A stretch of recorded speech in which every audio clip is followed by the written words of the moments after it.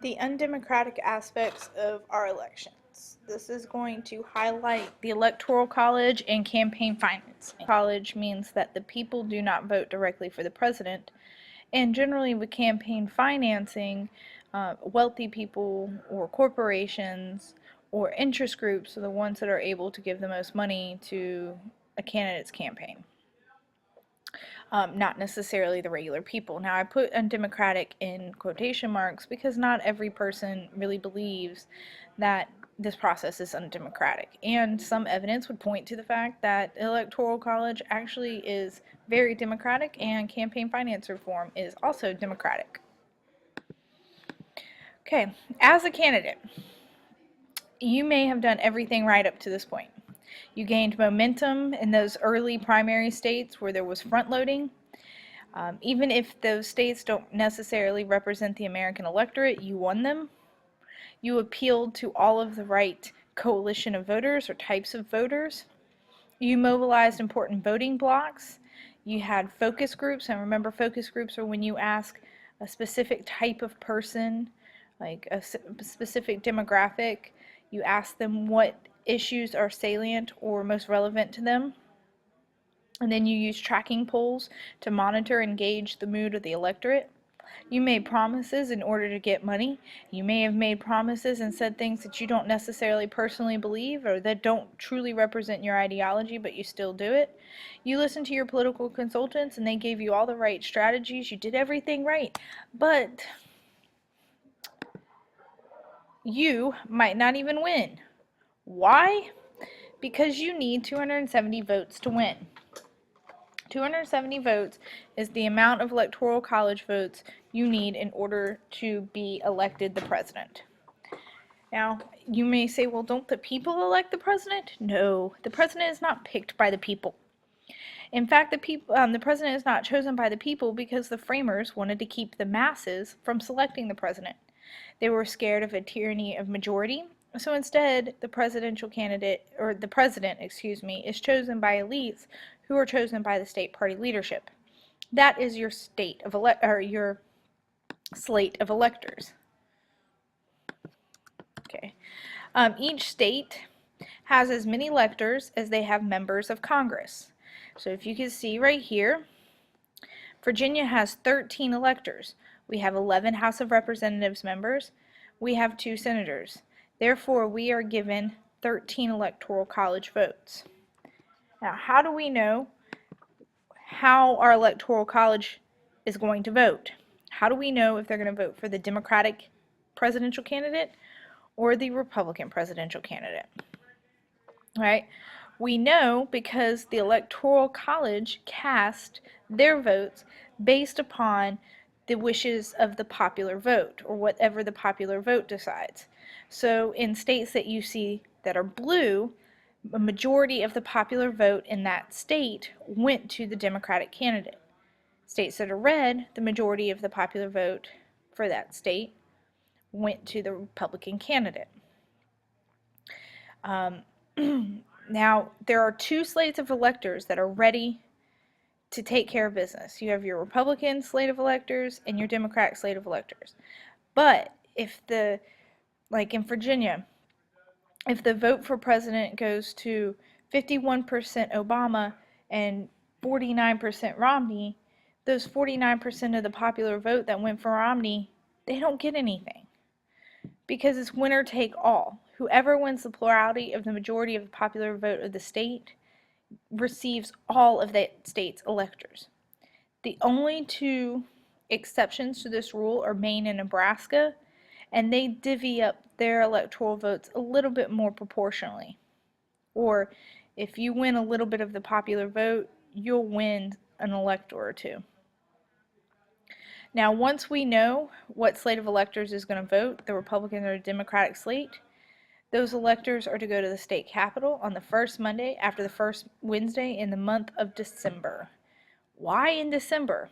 Well, remember, this whole process was set up in 1787, and it literally took that long to get, your act together and travel to the state capitol.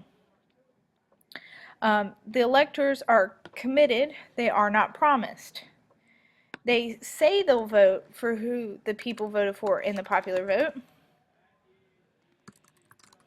but they don't have to. There's nothing that is going to hold them accountable to that.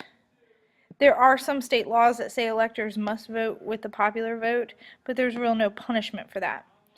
If you are an elector and you do not vote along with what the popular vote indicated, you are called a faithless elector.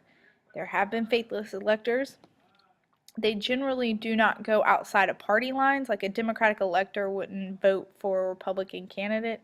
They just choose another candidate within the party. But they've never done so to the point where they've thrown the outcome of an election. Okay, then the Electoral College vote goes to Congress, and in a joint session, which means there are House of Representatives and Senate members there, they are opened and counted. If there is a tie, the House of Representatives decides who the presidential candidate would be.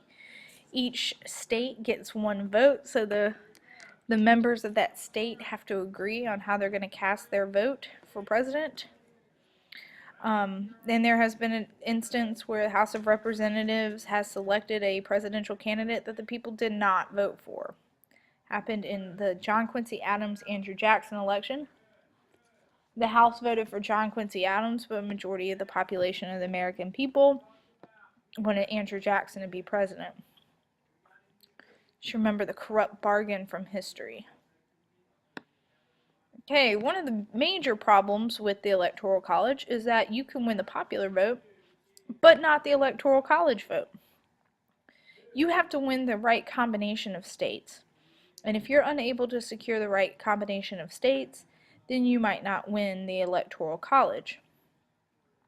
A winner, therefore, can still be a loser. Like in 2000, Al Gore won almost 500,000 more popular votes throughout the country than George Bush.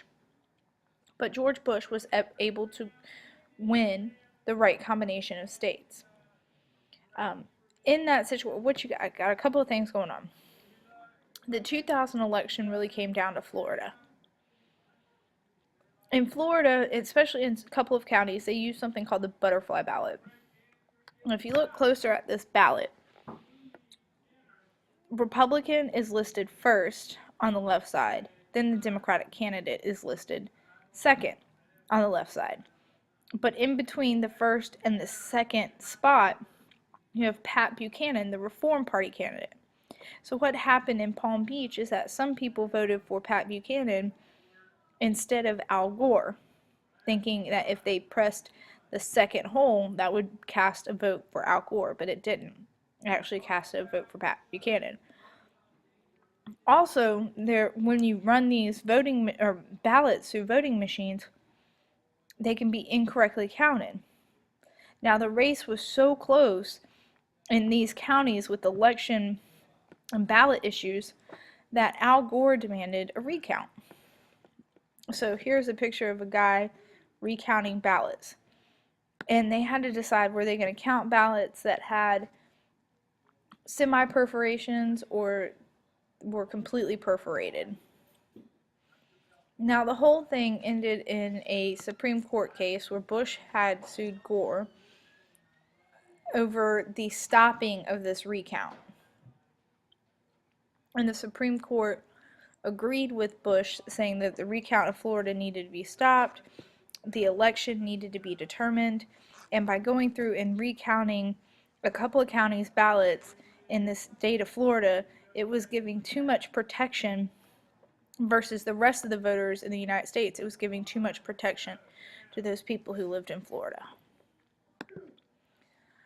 So if the Electoral College is not democratic, what can we do to fix it? Well, you're not going to really do much to fix it because it's in the Constitution. And in order to change it, you would have to amend the Constitution. It's also embedded in campaign politics. The way that candidates plan their campaign is based on going to small states that are swing states versus medium-sized states that are swing states versus staying out of urban centers that are going to be a sure thing for one candidate or the other. The Electoral College also allows small states to get a decent amount of power, whereas a candidate might not pay attention to Virginia, which only has 13 Electoral College votes, or Colorado, which only has 9 Electoral College votes. Candidates now need every single vote in order to get to that 270, and they're going to pay a lot of attention in these smaller populated states in order to win that swing state's vote. So states that come into play during the election that otherwise might get ignored are not going to ratify a constitutional amendment that would take away their electoral college power. So what do you do? How do you reform it? Well, these first two reforms are a way to reform the electoral college without amending the Constitution, because you're not getting rid of the electoral college, you're just changing the way it works.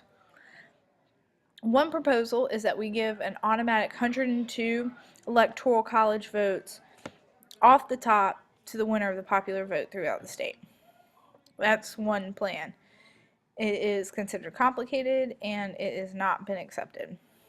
Another way is we can proportionally distribute electors, so we can give electors out at the state level based on the percentage of the popular vote you won in that state. So Missouri has 10 electors. If Obama won 40% of the popular vote in Missouri and Romney won 60% of the popular vote in Missouri, Romney could get 6 of the Electoral College votes for Missouri and Obama would get 4. In that scenario, that's a good option. It's more like what Maine and Nebraska do, but you could still win the popular vote and lose the Electoral College that way. So why not direct election? Wouldn't that give the candidate that wins the most legitimacy? Well, it could lead to runoffs and small states would be ignored. You could, if we had a direct election, you could literally just campaign in New York, Chicago, LA, San Francisco, Austin, like heavily populated areas without even visiting anywhere else in the United States.